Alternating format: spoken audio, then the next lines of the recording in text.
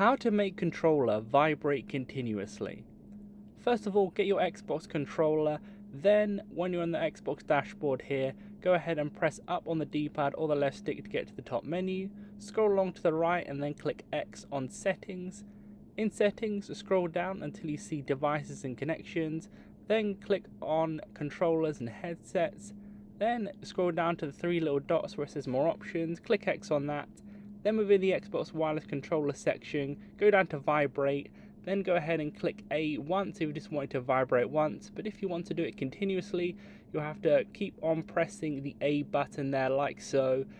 And if you do not want to do it where you have to actually manually press A to make it vibrate, you'll have to get potentially some type of auto clicker or something. Potentially we can do a contraption to where it will auto click, or potentially putting it down on your table just to make it auto click, etc. There are a few different things, but that's how it's done. Leave a like on the video if it helped, subscribe for more helpful videos.